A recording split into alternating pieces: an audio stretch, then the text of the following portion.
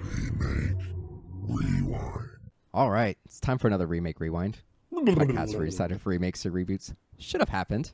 I'm Mike, as always, and I've got my bud, Mr. Alex. What's up, Mr. Alex? That's me. I'm still Alex. You're still Alex. Yeah. And we are doing one of the last movies to come out before the pandemic started. We sure are. Classic horror franchise.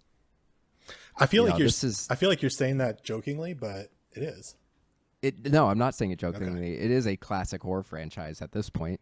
And horror's your wheelhouse. Like, I bet you were really excited to cover these two movies, which I haven't said yet. I wouldn't use the word really, but I was excited to revisit them, revisit the old one and check out the new one. Especially when I remember that Sam Raimi did it under his Ghost House banner. And his little baby brother was in the movie. In the first one? In the first one. So yeah, we're doing the Grudge. Yeah. The 2004, both versions of the American ones. We're not doing the original one for some reason, which at this point in retrospect, I wish we did. But we are doing the 2004 American version. Well, and the 2020 American version, which is kind of a remake, kind of a reboot, but they want to have their cake and eat it too and say it's a sequel, but it really isn't. There's like one line of dialogue linking them. There's an answer to your question. We're doing these two because this one is a direct sequel or, direct sidequel to the American one, and this one came out this year. Yeah. It's the most relevant. Almost. It came out a year ago. Or, yeah, sorry, we're in 2021 now. You're right. Yeah. I would have liked to have watched Ju-on, but I might just do that on my own time. I kind of want to watch the second American one, too. Grudge 2. So I'm just going to go out and say, I've said it on the podcast before, I'm not a big horror fan. Like, I'm more like into the suspense ones. And this borders on that. But I didn't like the original when it came out. I also worked at the theater when it came out and had to kick a lot of kids out for being jackasses in the theater. So I just don't have a positive kind of memory of the original one. And I was really actually interested in going back to it because my tastes and things that I like have changed drastically since 2004. There are a lot of movies that I've covered on this podcast that I know I wouldn't have liked as a teenager that I love now. So I was going in with this positive. Didn't do it for you? I'm coming into the recording not positive. I remember not really feeling one way or the other about the original when I saw it in theaters back in 2004. Because the Ring had just come out and it was part of this whole like revolution of American remakes of Japanese horror movies. Yeah. And I really enjoyed the Ring. And this one just like felt too similar. And I was like, all right, well, that was another movie, And I haven't really thought about it in the interim.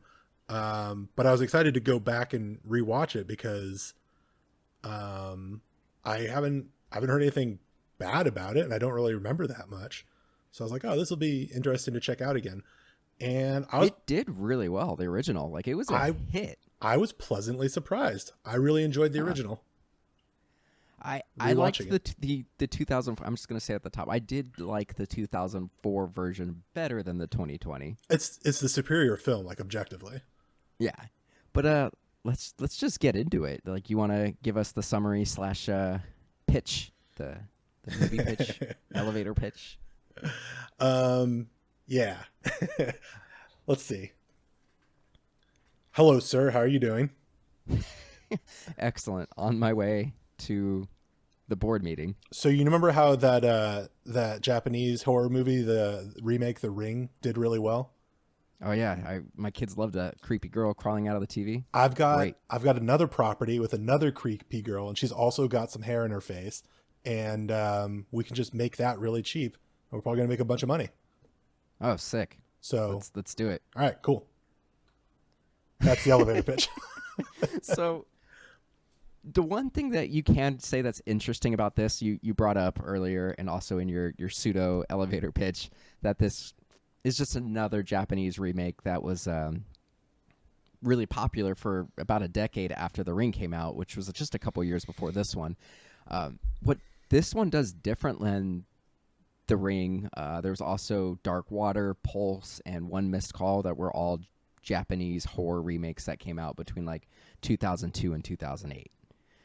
All of those, they took the story and just transplanted it into America, where this is like actually took place in Japan still. It just put a couple American protagonists in it. It's directed by the same director as the original, the Japanese one. I think that's interesting. Yeah, I think that's awesome that he got to remake his movie. They did that with Funny Games, too. I like when a director gets the opportunity to remake their movie with a little bit more of a budget and a little bit of hindsight. I haven't seen, like we said, I haven't seen Ju-on, so I can't really compare those two. But I felt like the original, I feel like the 2004 American Grudge was like a really confident movie. And even though my pitch was, cynical and funny, I think this movie stands on its own and differentiates itself from The Ring quite a bit, and does a great job of being its own thing. Like, they're both ghost movies, but I feel like they seem similar to Western audiences because we kind of just see like, oh, a girl with hair in her face or whatever. That's the same type of ghost. But I think that might be the same way that like somebody from another culture might see The Shining and The Conjuring and be like, okay, well, those are also both ghost movies. Those are similar, but to us, those movies aren't similar at all.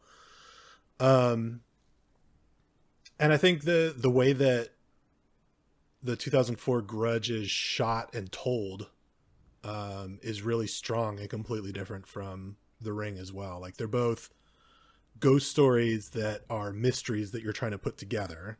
So that's similar. But this one doesn't look like a Hollywood film. No, it doesn't. Yeah, it looks like a Japanese movie. It's very like muted, and the way that they choose to like compose a lot of the scenes just doesn't feel Hollywoody.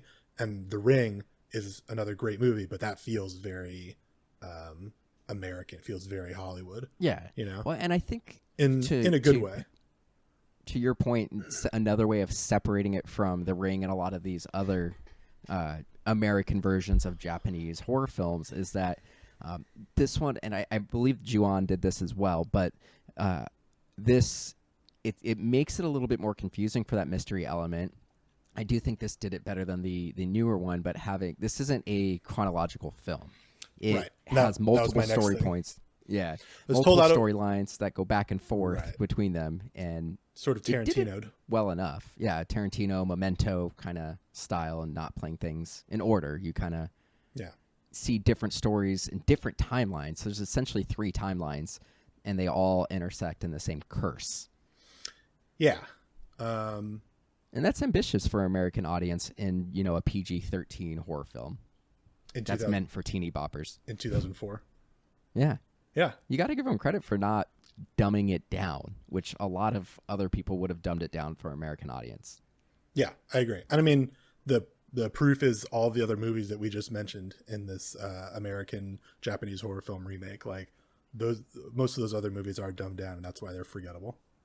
Yeah, I agree. I'm trying to think of like what else to say about this movie. Like, I know you said you didn't enjoy it, but I really enjoyed it. I think the problem is, and I did read a few reviews after. I didn't read anything about it going into it because I tend not to read reviews until after, just to see what people said. Sure. And I do agree. A lot of the reviews said the ambiance was good.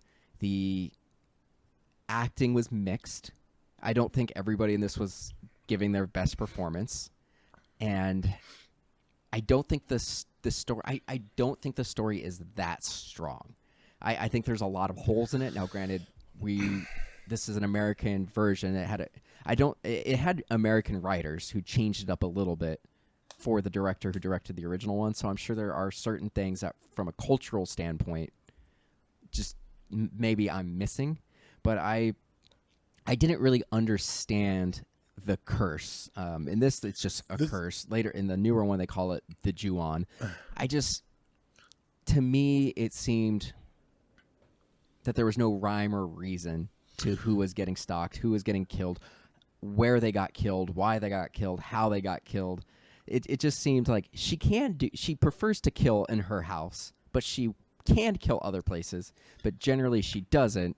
And then it's just like towards the end of the movie, it's just like she has every power that a ghost could ever have. This was a problem that I had when I first saw it, and I thought about it in the first like half of this viewing, and by the second half of it, it didn't really bother me as much. I think I started to feel like it was more about, and I think this is a cultural difference. I think this is American Hollywood movies versus European or Asian movies.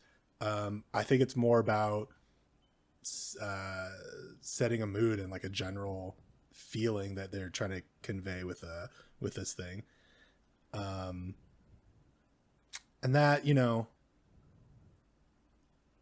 doesn't, it gets you so far for sure. Like in this movie, when you see her, this is a CG thing too, but like when her hair, when she's in the corner of the room and their hair like descends and then her face is like on the end of this hair snake thing, then it's kind of like, all right, what's going on here? And there's a moment like halfway through the movie where she appears on the security camera footage and it's like messing up the footage. And then it's kind of like, okay, is she like, is she a digital kind of ghost or like pulse or something? Or is she a shadow creature? Like what, if she can just do anything, then it's not as much fun. So I agree with that. Yeah. It didn't ruin the movie for me, but it's definitely there. And the other thing was there's technically 3 ghosts. And in most of the advertising and the trailers, I remember you really just saw the kid, the little boy with the cat. Is like pretty much all we saw in like trailers and stuff before the movie came out. And that was the thing that people made fun of a lot afterwards. Like in one of the scary movies, there's like a little kid kind of thing.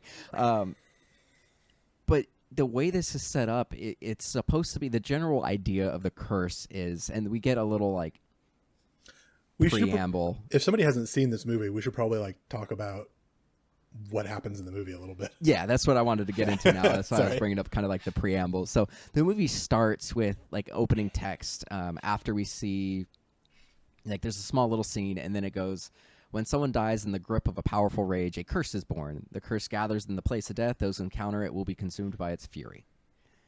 And that's kind of like the summary of the curse. And what I guess we should, I don't even know how to talk about the plot of this movie. Should we like do it chronologically, or should we do it how it was shot and how it was presented to us? Because that's the thing that I was struggling before bringing up the plot, was how do we talk about this? I want to talk about the order of how things happen, because I want to talk about that with the new one too. So let's talk about it chronologically. Okay. So just so everyone knows, if you haven't seen it, you should go watch it before you listen to us talk about it. But this movie is not in order. It jumps around from protagonist to protagonist, and essentially all the protagonist's stories end. And then there's kind of like one through line, which is Sarah Michelle Gellar, who plays Karen. So essentially, God, I'm going to butcher these names. I can't remember any of the names because it's been almost a week since I watched it. Yeah, the ghost name is what? Kayako. So Kayako is kind of obsessed with Bill Pullman, who's like a college professor in Japan. That's the most unbelievable part of this movie. Right. And the movie, like the cold open of the movie is Bill Pullman, like on a balcony in Japan. So effective. Yeah, I thought it was a good cold open. But that's really towards the end of the movie, or it would be chronologically like the middle. But essentially, Kayako is killed by her husband because he finds a diary. In the middle? It would be chronologically like in the middle of the movie because another family moves in after he kills himself. That's where it's like confusing. So that's the cold open. He kills himself really 3 years prior. Right, but there's it's still towards the beginning of the movie. Yeah. I'm dumb. So Kayako has a journal and I guess letters that she wrote to Bill Pullman, who's a college professor, and she's like obsessing over him. Her husband finds the journal / letters and decides to kill her and their son and their cat, and then like boards them, like hides the body. Like the wife Kayako is like put up in the attic. The little boy and the cat are put in like a closet and boarded up, and then he kills himself. And Bill Pullman decides, like, hey, I've got this letter. I want to go like talk to her and be like, this is inappropriate. And he goes to the house and he finds the ghost of the little boy and gets freaked out, goes home, kills himself. And that's the kind of the cold open. Well, I think he was it's not really clear, but I think he was being haunted also. He was. He got crushed. It's not super clear. And we don't really know how long after he encounters the ghosts in the house, the little boy, until he kills himself. So it's not super clear. Then another family moves in, and they're pretty much affected by the ghost immediately. Like, we still don't know really any timeline, but it seems like this family moves in. It's they're Americans as well, but it's the mom, the dad, a little boy, and an older mom who's like an invalid. Right? This is all one family, right? Am I okay? Correct. So they get killed, and they leave the invalid mom there. And during the timeline that they get killed, there's like a nursing service who's run by Sam Raimi's brother, Ted. And they send one nurse over, and the nurse doesn't show up to, like, doesn't call it and check in. So then they send Sarah Michelle Gellar, and she finds the old lady who's like creeped out because the first nurse got killed like immediately upon entering this house. And so the rest of the movie is Sarah Michelle Gellar trying to unpack this mystery while she's also being haunted by the ghost. She teams up with this like detective who like refuses to go into the house because he's like, yeah, some bad shit's happening there. And then her boyfriend decides to go look for her in the house and like dies of fright. Like, we don't even see the ghost kill him, but he dies of fright. So the conceit of this movie is anybody that goes into the house is cursed. Like, as soon as you step foot in this house, you will die at some point whenever the ghost gets to you. The sister of the family, the husband, go into the house?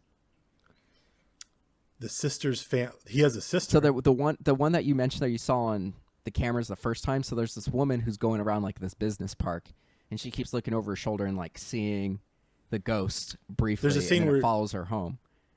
That was and the brother. sister. Her and the brother, and the brother's wife. The brother is one of the dudes from Lost, by the way. Yeah, I can't not think of that guy. They all walk around the house together. Oh, okay. So she did technically go in the house. They just waited like the to Japanese, yeah, with a Japanese real estate dude, and then I think there's a translator as well. Right. So there's a scene where they all walk around, decide to take it. The nurse gets killed pretty much immediately. She walks in, Yoko, and like says hi to the invalid woman, and then like hears a cat and like cuts open the closet door, and like the cat gets out. She sees the little boy, and then she looks up, and then Kyoko just like yanks her up, and like that's it. That's all for Yoko. That's all totally Yoko wrote. Yeah, PG-13. Like, you don't really see anything gnarly. Like, it's mostly jump scares and like creepiness. There's a scene of Yoko post getting her jaw ripped off. It's pretty gory, but that's like towards big. The end. That's the big scare of the movie. Yeah, or the big like gory whatever. So Sarah Michelle Gellar's like creeped out. She starts investigating. She ends up hooking up with she touches base with like this detective who's been like researching and looking at security footage, and she asks him what's what, and he's like, yeah, I think this place is haunted. So he goes to burn the house down, and then Sarah Michelle gets home and she has a voicemail from her boyfriend like, hey, I checked your browser history on your computer and saw that you researched this house, so I just assumed you went to this house. Sarah Michelle Gellar goes to the house, and then this is where we kind of get the info dump. She, for whatever reason, when she goes to the house a second time, she's just like walking around the house, and she can see all the shit that happens. So first she sees Bill Pullman like walking around, and Bill Pullman discovering the ghost, and then she sees the initial murders. And then she finds the boyfriend. The boyfriend's like, I'm scared. And then like the ghost like crawls up on him and just is like, boo. And then he just goes catatonic, and she's like, well, I guess he's dead. And then she tries to light the house on fire. And then she gets to the hospital, and like another detective is like, it's a good thing we saved the house. And then you see the ghost behind Sarah Michelle Gellar, and she's like, aw, shit. And then the movie ends. Like, that's the simplest way to get through it. Like, yeah, that's something. You really boiled it down. Like, that's the movie. Like, it's just creepiness. Like, every time someone's like alone, you just see kind of a ghost, or you hear Is that our ASMR? If you're a patron, we'll send you 20 minutes of us making these sounds.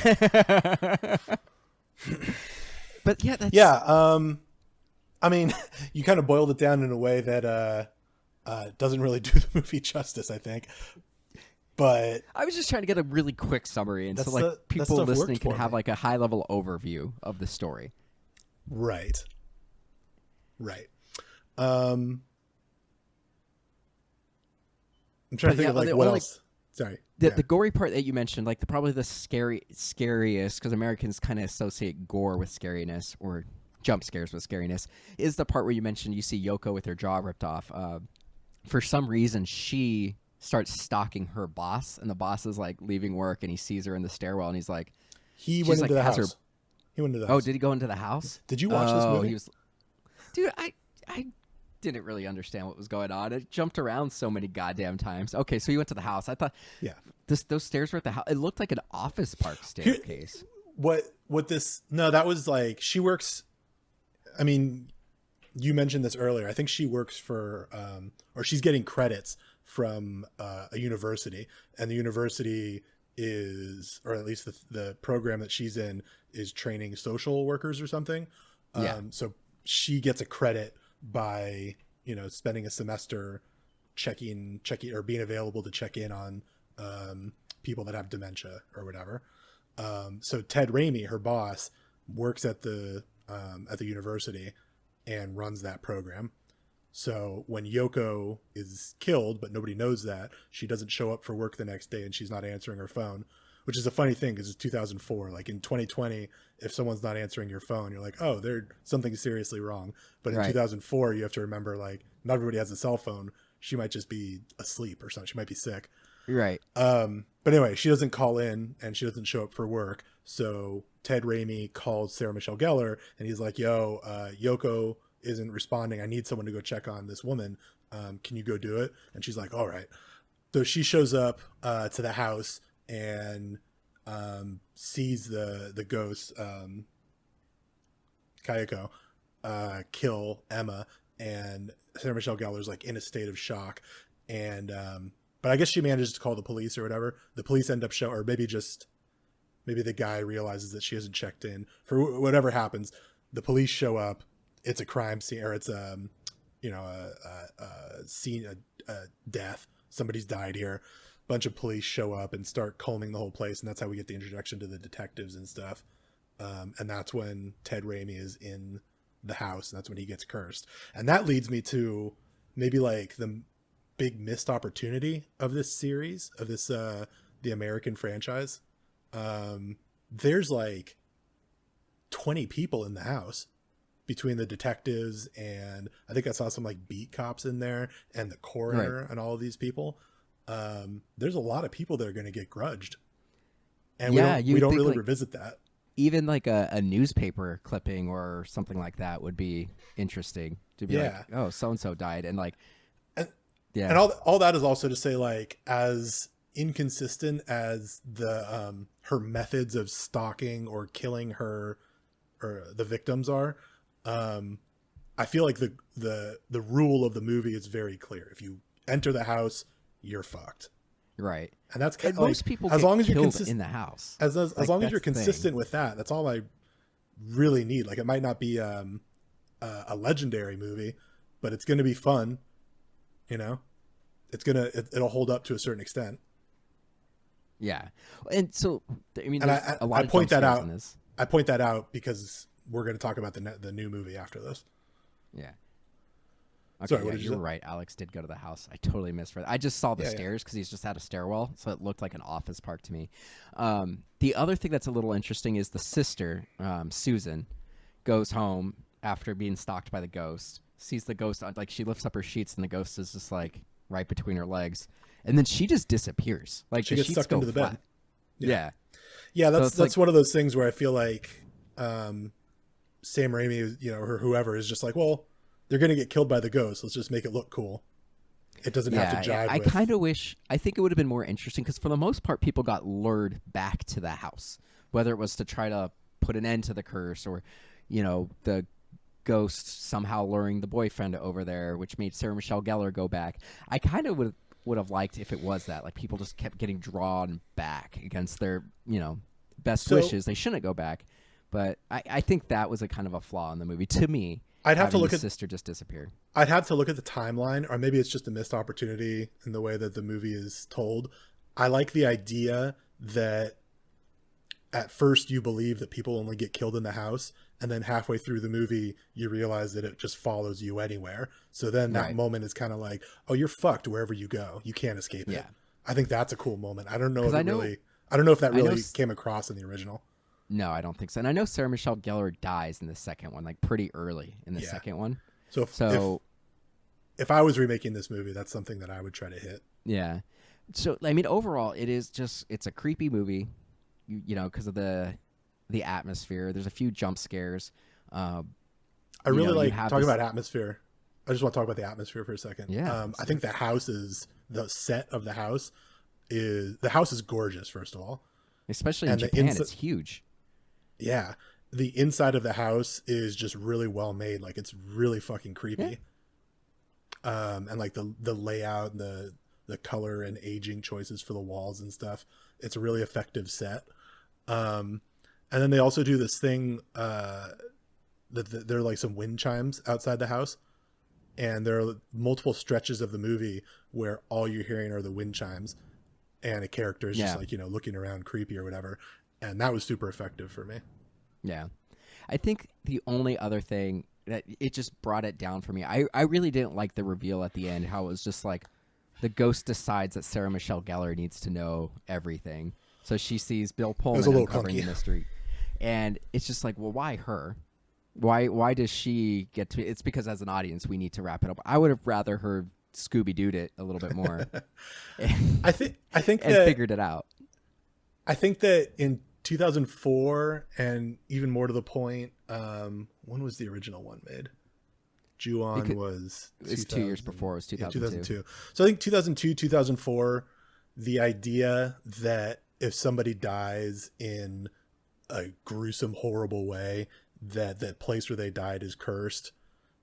I think that was a much more effective idea than Right. it is in 2020, because we're kind of like jaded by it now. And even more so, I think, without doing any research, I think that type of ghost has been around in Japanese culture for a little bit too. So it's more of a traditional ghost story than to us. To us, it's just like, oh, Right. And I think there is a social disconnect on that, because the other thing that I don't understand is like the top of the movie with the text when it says someone dies in the grip of a powerful rage. To me, it seems like the husband is the one who's in the rage and he died. Like, why is the mother the main ghost? Like, she's the one that's the driving factor. Why is it not the kid? Why is it not the father? They both kind of show up, but they're not really like the aggressive ones. Yeah, and also, if that idea is held to Japan, I'm sure that plenty of people died in battlefields in Japan in terrible ways. Right. You know what I mean? Well, so and it'd be it's like, ghosts all why over isn't- the fucking place. Why isn't every murder caused that? Yeah, Like, people get murdered all the time. yeah, Why are there not a tons of grudges going around? yeah. Yeah. So I think those are. to me. I think that kind of didn't just understand doesn't. that. I think that kind of just doesn't hold up super well. But I also think that maybe American audiences are a little bit more nitpicky. I think so. Because, I kind of laughed at the end, honestly, with, like, her being revealed. Like, there was points where, like, when she was watching Bill Pullman, like, Bill Pullman would kind of, like, look at her, and it's like, can he see her? Well, clearly not, because this is in the past. And I think also it's like, well, we got Bill Pullman, so we need to give him a little bit more to do, so we'll have him be the reveal and walk around the house. Like, this is what I was thinking. I was almost like meta watching the movie. Like, I never really got engrossed in the movie, so I think it was hard for me to enjoy it, because for whatever reason, I just saw these flaws and could not suspend my disbelief. And I think that's a me problem, nothing else. But Yeah, I think there's a handful of things that hold this movie back from being better or more memorable. yeah, like, than it definitely has could be. potential. But yeah, it didn't work for me. Well, no, I mean, I think I'm saying the opposite. I think it doesn't have potential. I think it reached its potential. Oh, you think so? Yeah, kind of. I mean, I think you're just not going to be able to convince the majority of American audiences to overlook everything that we've talked about that they're familiar with in horror movies, and also just that idea that if you die in a terrible rage, you become a grudge ghost. Right. It's like, okay, well, everybody that's been murdered died in terrible rage, so they're all ghosts. Like, yeah.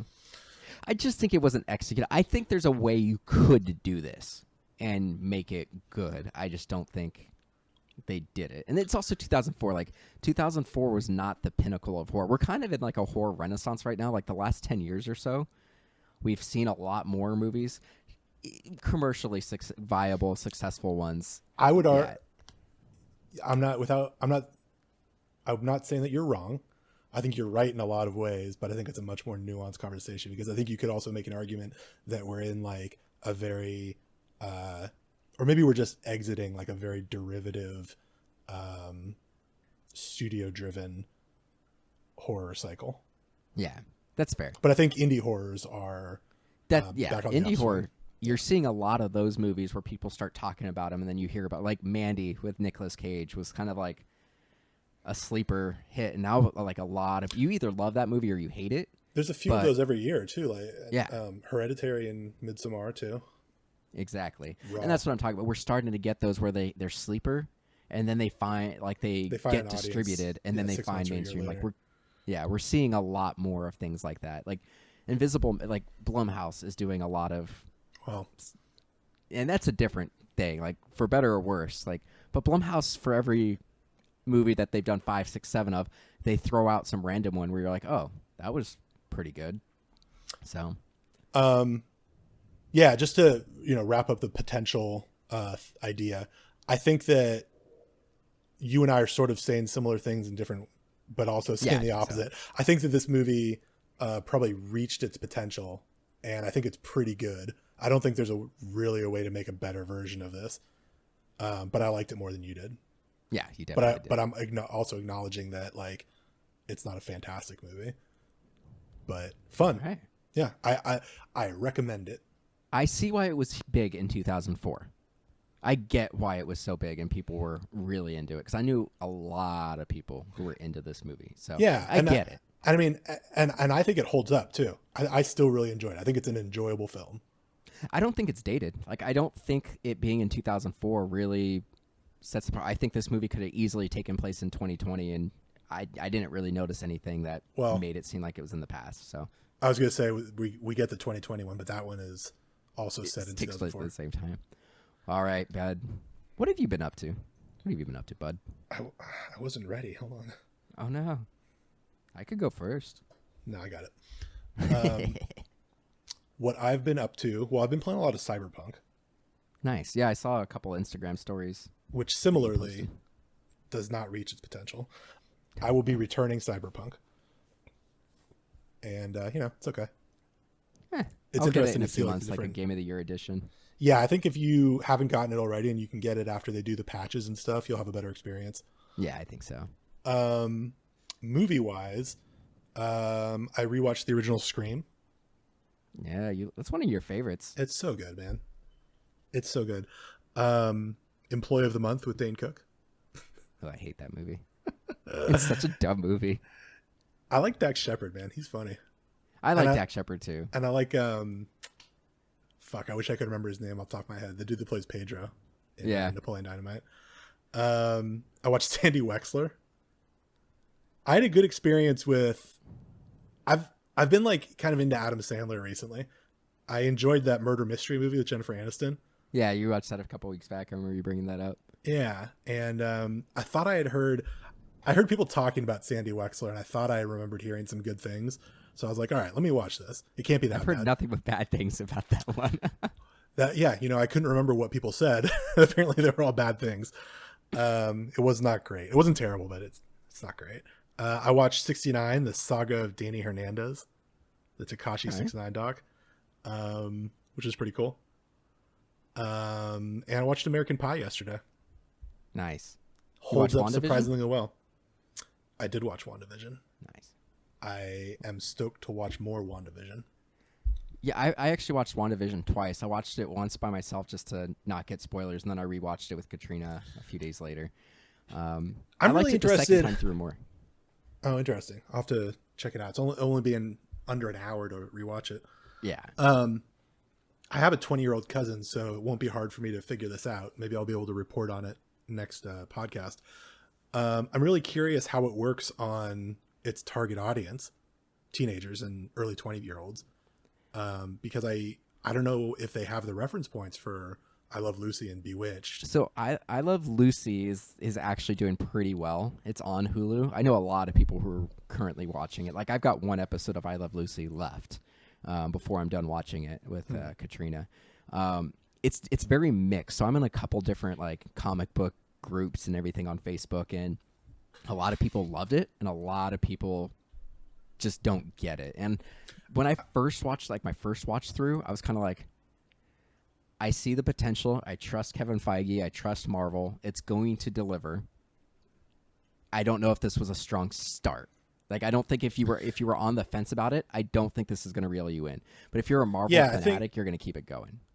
Sure. And I think that's what they're banking on. I feel like the Bewitched and I Love Lucy throwback black and white stuff is all enjoyable, even if you don't know what they're referencing. Yeah, and I think that is the secret weapon. Like, as long as it's enjoyable, then who cares? There were some good jokes in there. I thought it's very well written. Yeah, it's well written, well done. So I guess I'm just, it doesn't matter one way or the other, but I'm just curious how many of those references like people are getting. I'm sure I'm missing some. I haven't watched a ton of I Love Lucy, but I grew up with Nick at Night and stuff, so I have a frame of reference for it. So I could tell you, Katrina loved it. So we've been watching I Love Lucy for the last like 2 months or so. There's 180 something episodes of I Love Lucy, so we're almost done with it. She loved WandaVision. That's awesome. It's very mixed on like forums right now, but it's apparently the highest rated Marvel property right now on Rotten Tomatoes. Oh, interesting. Yeah. Any other things that you've been up to, bud? No. Do you have any theories for WandaVision? Do you want to talk about that for a minute? I have a couple. I think so. Wait, or should we save that for a separate conversation? Yeah, we could do it really quickly, I think. Okay, that might be maybe after the next episode, but that could be a good Patreon episode. Yeah. So they've already pretty much said that there's going to be like a spiritual trilogy of this series, Doctor Strange 2 and Spider-Man 3. So, I haven't heard that.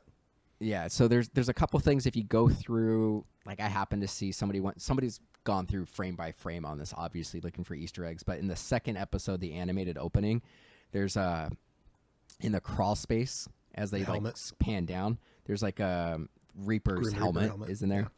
Yeah.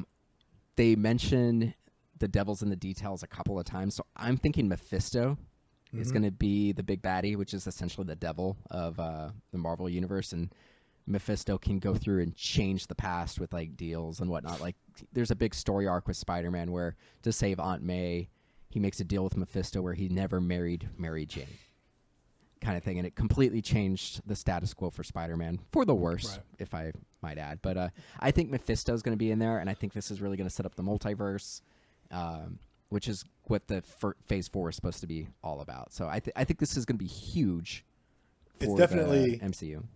Yeah, it's definitely setting up the multiverse. Like, I think Kevin Feige is on record saying that this the end of this leads directly into Doctor Strange 2. Which is and they've already confirmed Elizabeth Olsen's in Doctor Strange 2.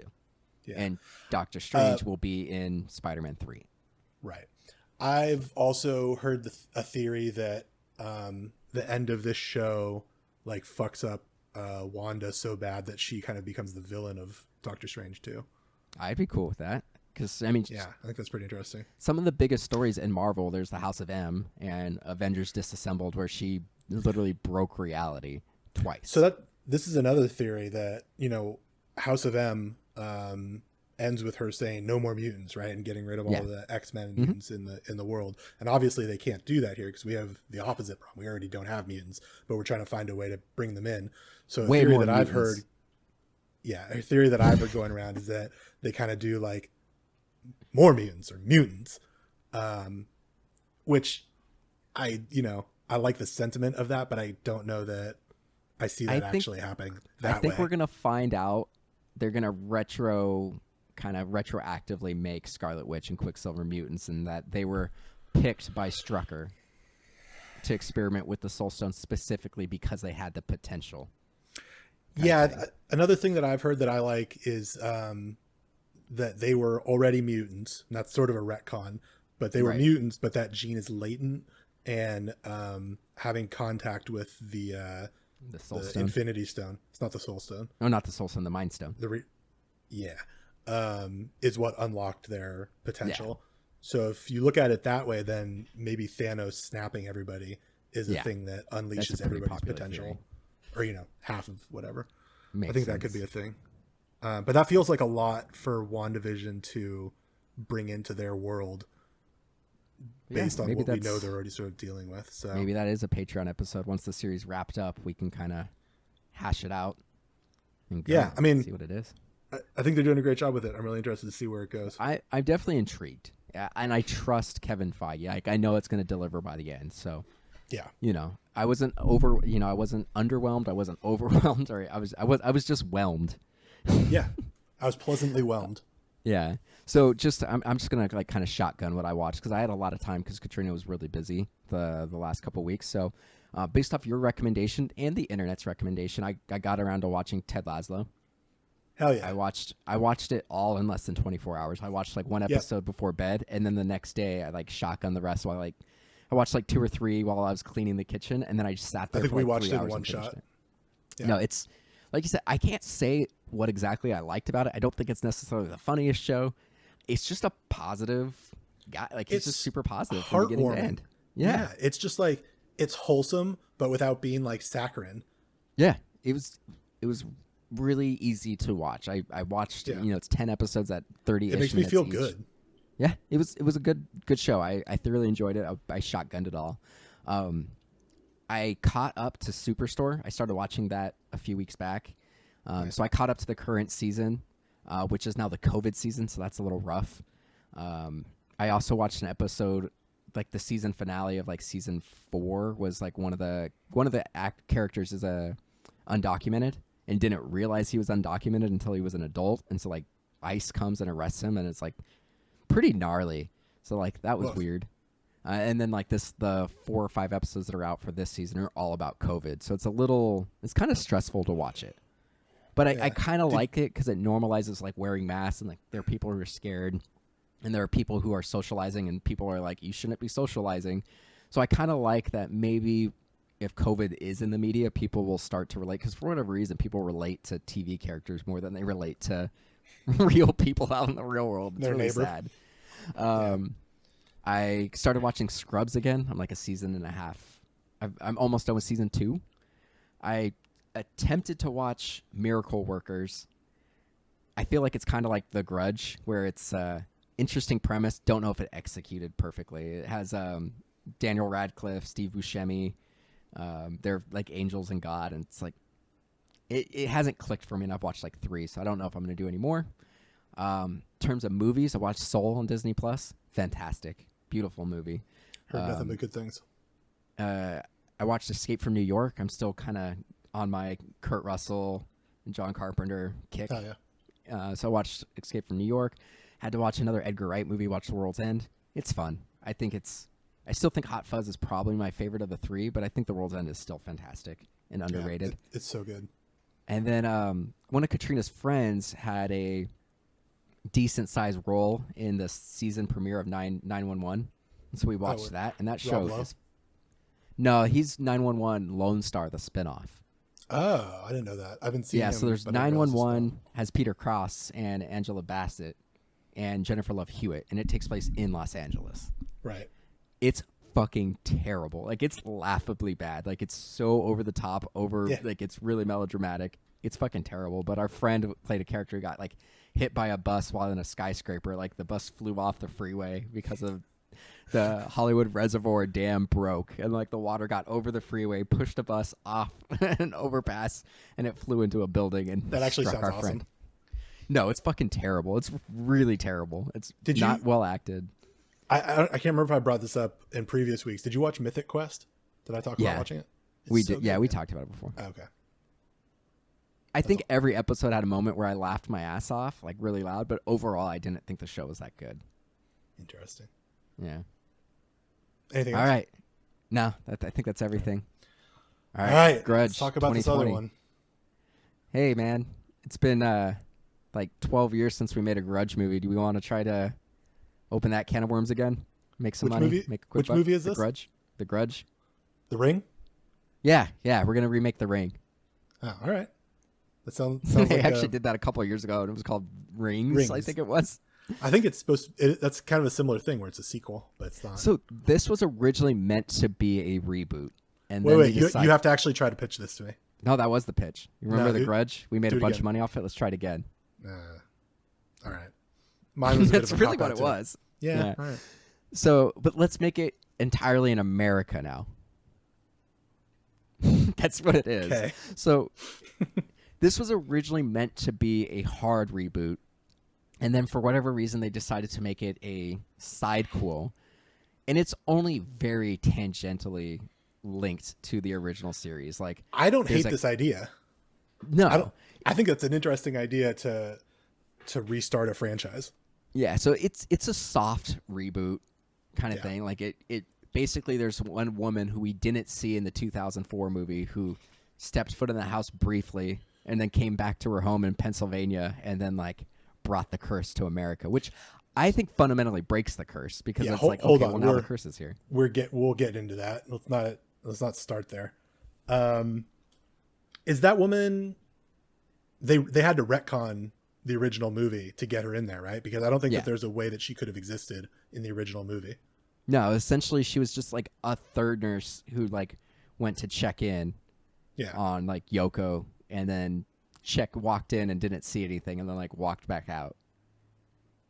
Yeah, like, and in the original movie, like I think the couple that moved in said, "Oh, they assigned this woman Yoko, who's really nice. She'll be here to check on mom later or whatever." And then Yoko shows up and dies, and then Sarah Michelle Gellar is assigned. So there's no space for this third nurse to exist.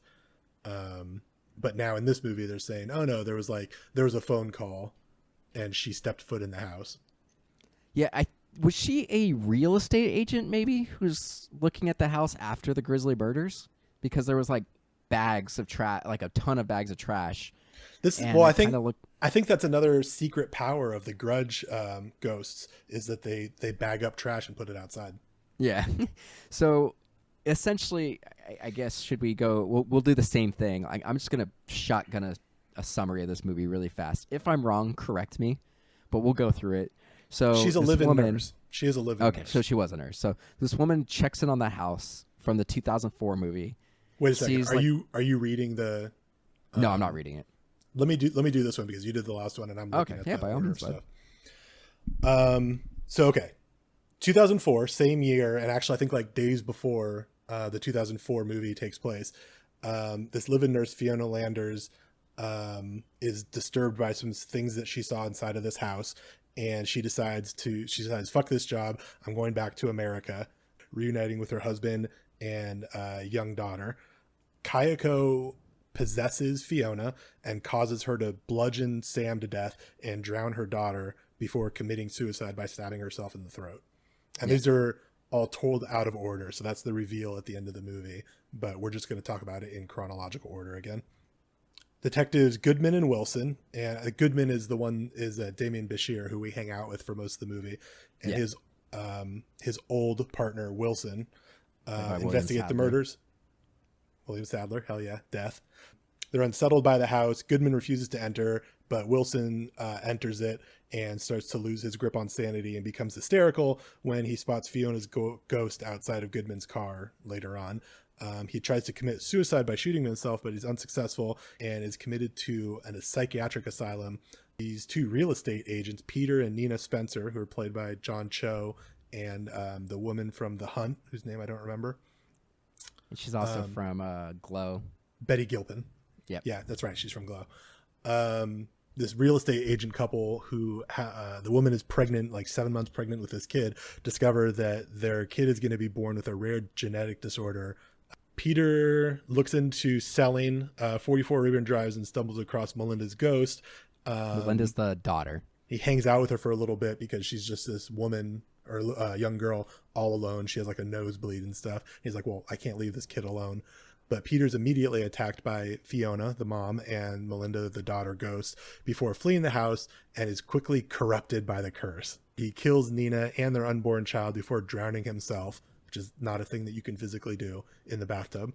I mean, you can't do it in the way that he does. Like, this movie has him filling up the bathtub and then just putting his head in the water. Yeah, that doesn't make sense to me. Your body won't I thought let it you do made more that. sense that Melinda, because we saw Melinda in the bathtub several different times throughout the movie. I thought that Melinda did it. Yeah, I mean, I guess that makes sense, but there's so many things that are inconsistent with these ghosts that that doesn't jive with me. So now there's another couple that gets grudged. An elderly couple. In 2005, an elderly couple, Faith and William Matheson, move into the house. Faith is played by fucking Lynn Shay, who's incredible, but should not have been cast in this movie because she's in every ghost movie. Yeah, she is. For the last decade. It was just so distracting for her to be in this movie. And then her husband, William, is played by Frankie Faison, who's been in a million things and is great. Faith suffers from dementia and a terminal illness, and William is just sort of taking care of her. He calls over Lorna Moody, who's an assisted suicide consultant. Faith is infected by the curse and starts to see Melinda around the house. Lorna, this is another one of the worst parts of the movie for me. Lorna suggests to William that they leave the house, but William reveals that he's aware of the ghosts and suggests that it implies a future where people get to be with their loved ones after death. Lorna says, you know what? Let me stay with you for a few days. I can't help you with this assisted suicide, which is the reason that you called me over, but I just want to live here for a few days and help you cook some dinner or something. Right. What the fuck is she going to do? Well, I mean, she's a And psychiatrist of some kind, I think. So I think she's just there to try to... It's not even clear, but it's not even clear that he's paying her. No. Like, she's just going to live there for a while. It came off to me like she's a grifter and that she just needs a place to lay low for a few days. To me, I know that's not what's happening. I'm just saying that's the vibe of the whole thing. I thought she was just like, well, I'm a psychiatrist. I might be able to give you some coping skills if I see how you live for a couple I don't know of days. that That's it's in how the movie that she's a psychiatrist. I think that maybe she has that training, but the movie doesn't I think talk she about does that. because the reason we get to that point is because she has to decide if whether or not the woman is mentally there and mentally capable of making decisions. So to do that, to be in that field and make that decision, you have to be a psychiatrist of some kind. I guess that doesn't explain to me why she decides to stay there for 3 days. Yeah. At any rate, like the next day, Lorna discovers that Faith has killed William by stabbing him in the neck and sliced off all of her own fingers with a kitchen knife. She flees in horror only to be attacked by Sam's ghost in her car, which crashes, killing her and setting up the crime scene or the dead body that kicks off this whole movie. That's discovered by the other cop that we're following this whole time. New cop Muldoon. Yeah, so in 2006, rookie detective Muldoon moves to town with her son Burke, following by her husband's death from cancer. I've never heard Muldoon, the term along rookie detective. Like, She didn't detective seem like a implies rookie you've to been a me. cop for a while. Like, you can't be a rookie. Like, you transferred, but you're not a rookie. Well, maybe it's like the first year that you've been promoted from beat cop to detective, but she doesn't come off like a rookie to me. No. Along with Goodman, her new partner, are called to the woods where Lorna's corpse has been discovered. Goodman becomes uncomfortable when they learn that Lorna has been visiting 44 Rayburn Drive house where all this shit's taking place. Muldoon questions this and gets into the curse of the house and everything that's been going on there, and kind of goes down his old partner's path of becoming obsessed, and starts doing all this research on it. She visits Wilson in the asylum, who tells her that all the people who enter the house become victims of the curse. And this is like the big info dump of this movie.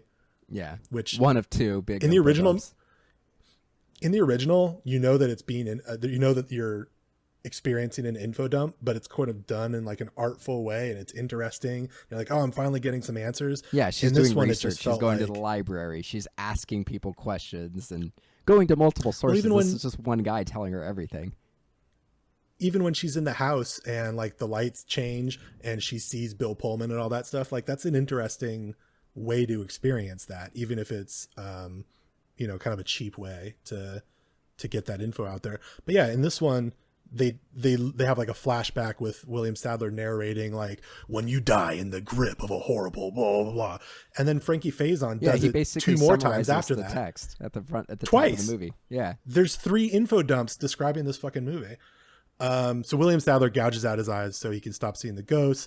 Muldoon is afraid that the curse is going to hurt her son, so she does a ring thing and realizes that Fiona's the one that brought it abroad.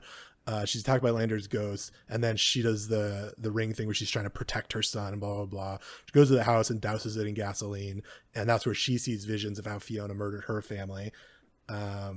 Yeah, she sees everything playing out like the first movie did.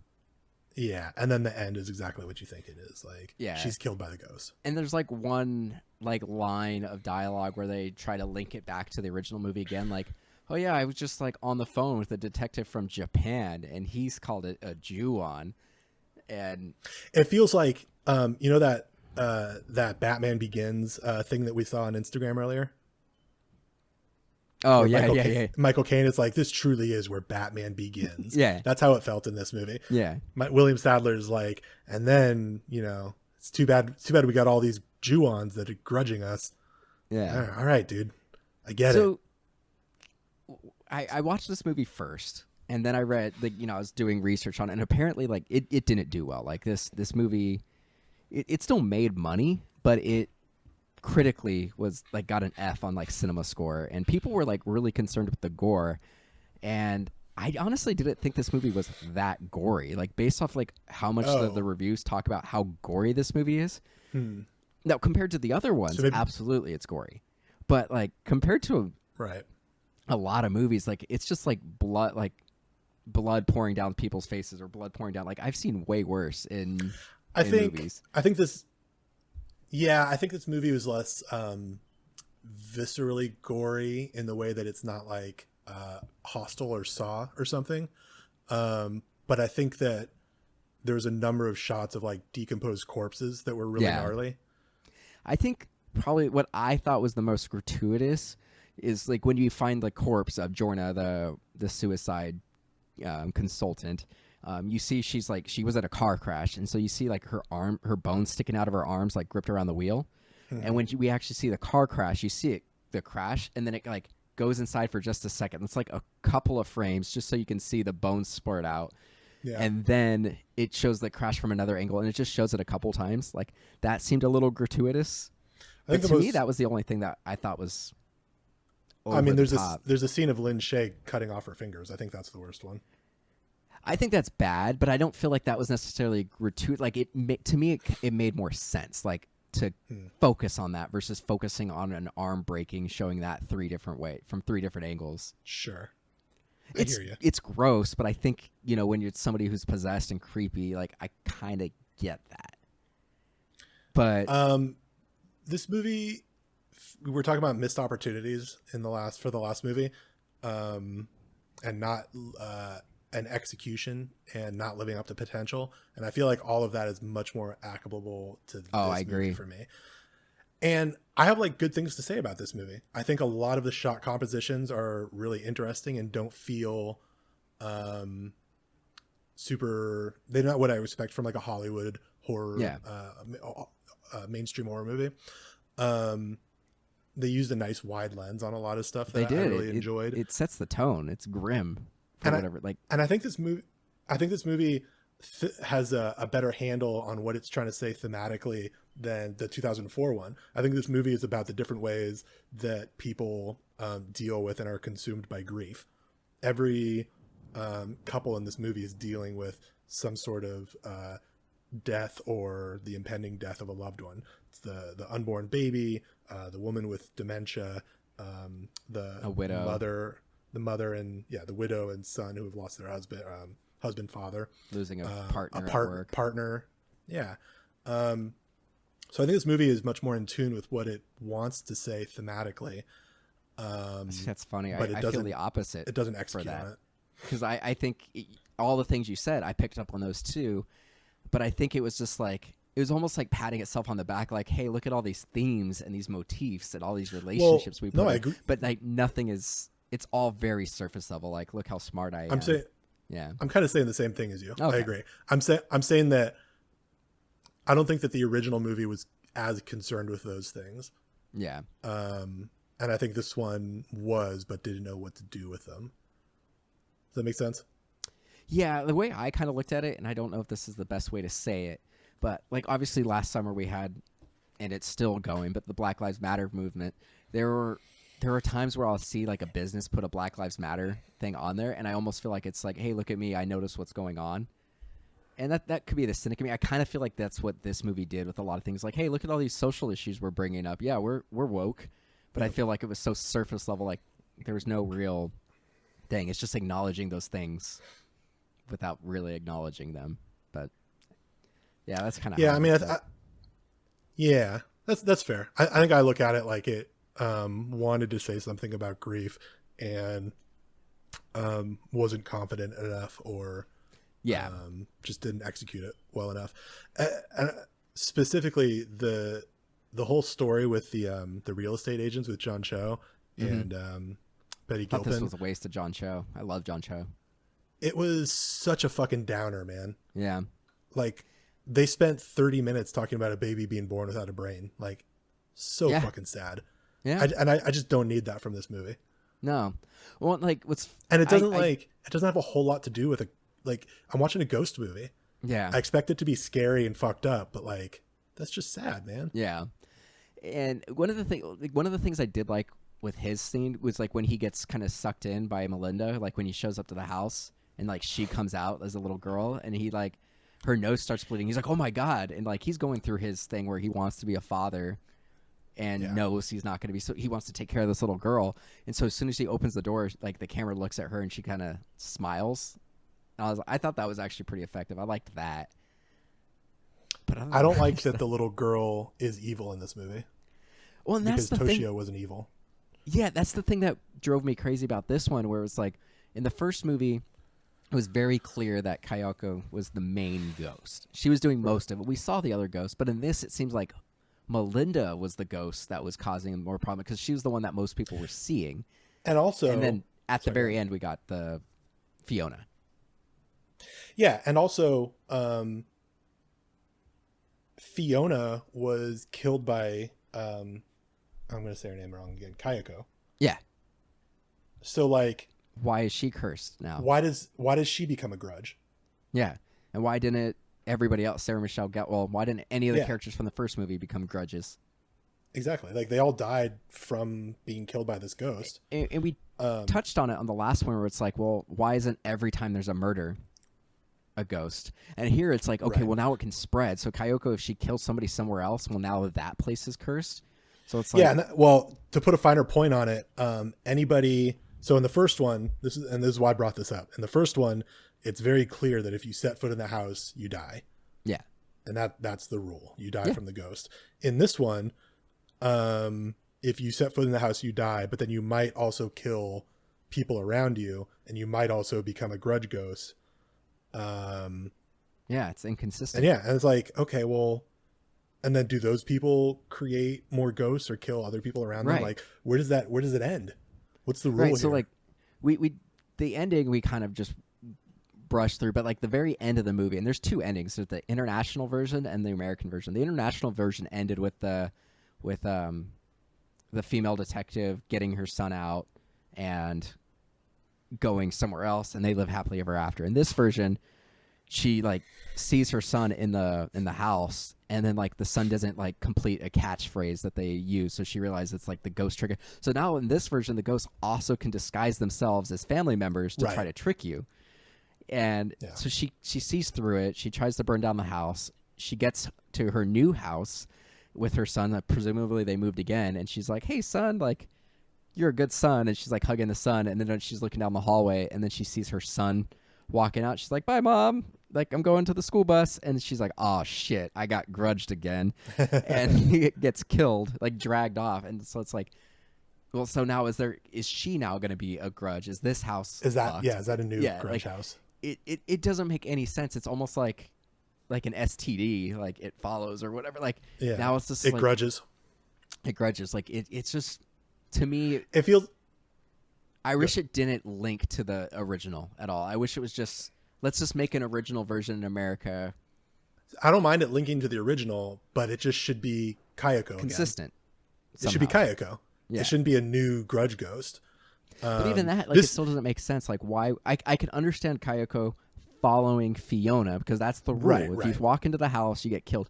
And that could have been interesting if it was just like almost like Final Destination, like this woman trying to stay like a step ahead of Kayako. But why did Kayako now? Why is that house cursed? Like the general conceit of this movie, I just don't buy. Yeah, agreed.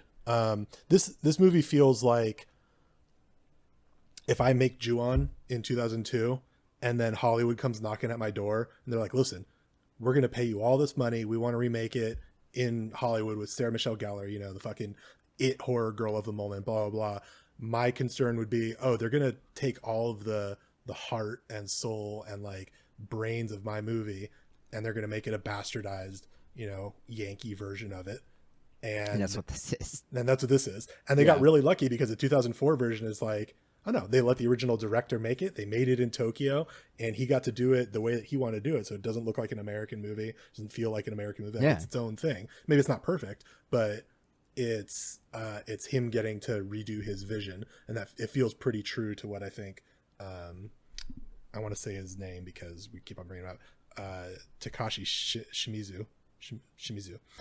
And this one feels like the fucking bastardized, feels American like a cash Hollywood, grab, soulless garbage. Yeah, and again, it's frustrating because I feel like there was some potential in this one. Oh, and another thing I was gonna say, like, there's a lot. The cinematography is like very mixed because there's a lot of like composed shots, but the whole movie feels so oversaturated and like blown out. Did you notice that? There's like really they weird definitely, like, the color palette is feel. just like it's almost like a grunge music video. Like like they're just like, look at this dirty movie. Yeah, the color palette almost feels similar to Saw, where it's a bunch of like gross yellows and greens. Yeah, but I don't think that ties into this movie at all. I almost would rather they went with a muted color palette, which I think is more like the original, or even like the Zack Snyder movies or something. But I feel like that translates better to this story than all these bright greens and yellows and stuff. Yeah. This movie also, the cast is like kind of fucking incredible. I think the performances are good. They're all doing the great, best and with this content. They're all doing great. But it's also a lot of good actors. Damien Bashir, John Cho, Betty Gilpin, Lin Shaye, William Sadler, Frankie Faison, and they're all kind of wasted. Yeah, it's crazy. It's crazy that a movie can have that many dope character actors and still kind of blow it. Yeah. So I appreciate that it's only 94 minutes. I like that. I didn't see this character, but one of the big trivias for this movie was that this was the final film of actor Stephanie Shirk, who died of suicide in 2019. She was married to Damien Bashir, who's the detective, but she had a small role as a therapist in this. I don't remember another therapist in this movie, but somebody who was in this movie like died shortly after making it, so that's sad. This is the first Grudge film not to have the original guy, Takashi Shimizu. He directed the first two. He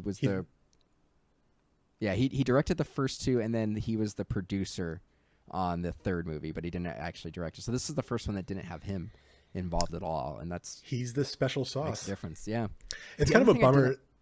It's kind of a bummer that Sam Raimi is attached to this. I'd be interested in his, private thoughts about this movie. Yeah. The other thing I didn't like the prosthetics on William Sadler with his disfigured face. Like, I didn't think they looked that good. I kind of like that. Oh. Like, I thought it was like overly stylized. Yeah. You're not wrong. Yeah. I was surprised that those doctors in the world did such a good job of putting his face back together. Yeah. It's not a good movie. It's not. Same thing. It had potential. I just think that they squandered it and kind of ruined the curse. Like to me, what makes the Grudge is the curse, and it took something that was already kind of muddy. It just really made it muddied and just made it like the Grudge can do anything. Yeah. I feel like in the original movie it was muddy, but it was sort of okay because there were a few hard rules. There were one or two hard rules, and it relied upon and then executed on this like atmosphere that it needed to sort of tell its story. And this one, it's like, no, we're gonna over explain the one thing that we have, and then we're gonna make that more confusing with these 3 or 4 other elements, and then we're not gonna tell it in as experiential a way. Yeah, I agree. Yeah, I don't think this movie needed to happen, man. No, and it was a bummer watching it. I would have rather watched Murder Mystery. Yeah, I really wish we watched the Japanese version. Well, and good news, their buddy. first American one. We can still do that. So in September 29, the director Nicholas Pesci expressed interest in a crossover movie between The Grudge and the American The Ring film series, which was done in 2016 with Sadako versus Kayako in Japan. In January of 2020, when this movie came out last year, Pesci expressed further interest in a sequel being set in both a different part of the world other than America or Japan, and in a different, less contemporary time period compared to various previous films. So he wants to go like in the past. And I'm not interested in that. No, I don't want to see any more of this. I'm not interested in this guy doing any more Grudge movies. No, I'm not interested in like this version of it anymore. Like, I'd rather it just be a hard reboot now. Yeah, I agree with that, actually. Yeah, I'd rather just start fresh, make it your own thing. I wonder if Nicolas Pesci had a different writer and he had a little bit more experience under his belt. A lot of the problems that I had with the movie, and we're talking about execution and the look and feel of it, I feel like are early career director issues. I think someone with a little bit more experience under their belt does a better version. Yeah. Like I said, I think both movies had potential. I just don't think... It's funny. You think the first movie lived up to... reached its max potential. I don't agree. But I think this one had even more potential with, newer technology and everything, and it just squandered it. Disappointed. #disappointed. Well, the good news is tomorrow's the inauguration. Woo! I don't have to deal with Trump anymore. Completely unrelated. Yep. But you'll be listening to this in the future, so hopefully there hasn't been, Yeah. As of why am I taking us down a dark hole? Just give us your plugs. Let's wrap this shit up. If you want more existential dread, I'm on Twitter at Pulisci, Pulisci. If you want to follow along with movies I'm watching, I'm on Letterboxd, also at Pulisci. And I'm over on Instagram at Dysalexic, DYSAlexIC. And you guys could check out everything that's MDXpods related at MDXpods.com, Twitter, Instagram, and Facebook, all at MDXpods. If you want to support the show, we've got a Patreon. It's patreon.com/MDXpods. Chip in whatever you want there, and you get the all of our content at least a day or two early. We're going to start doing exclusive episodes. We have our first Tenet episode up. That was fun. It's only $1 to subscribe to the Patreon. Yeah. It's only $1 a month. Only $1, guys. And you'll get a couple episodes. Maybe we'll send you. Oh, there's tiers. If you do upper tiers, signed. you get like movies and shit. So, but it's at least $1. There's basically no reason not to do it. Yeah, help us out, guys. We've got it. We had to pay for these like shitty movies. Oh, I got the Stars free trial for a week. Oh, nice. So I'm good. Yeah, this movie, the 2020 version, just for those of you who haven't seen it, if you guys decide you want to watch it, it came out a year ago, and it's only available on Stars or to purchase. You can't even rent this digitally anywhere. Yeah, that seems like I a had distribution Stars, issue. so I was good. But yeah, that's some bullshit. Thanks for tuning in. First world problems. Thanks for listening.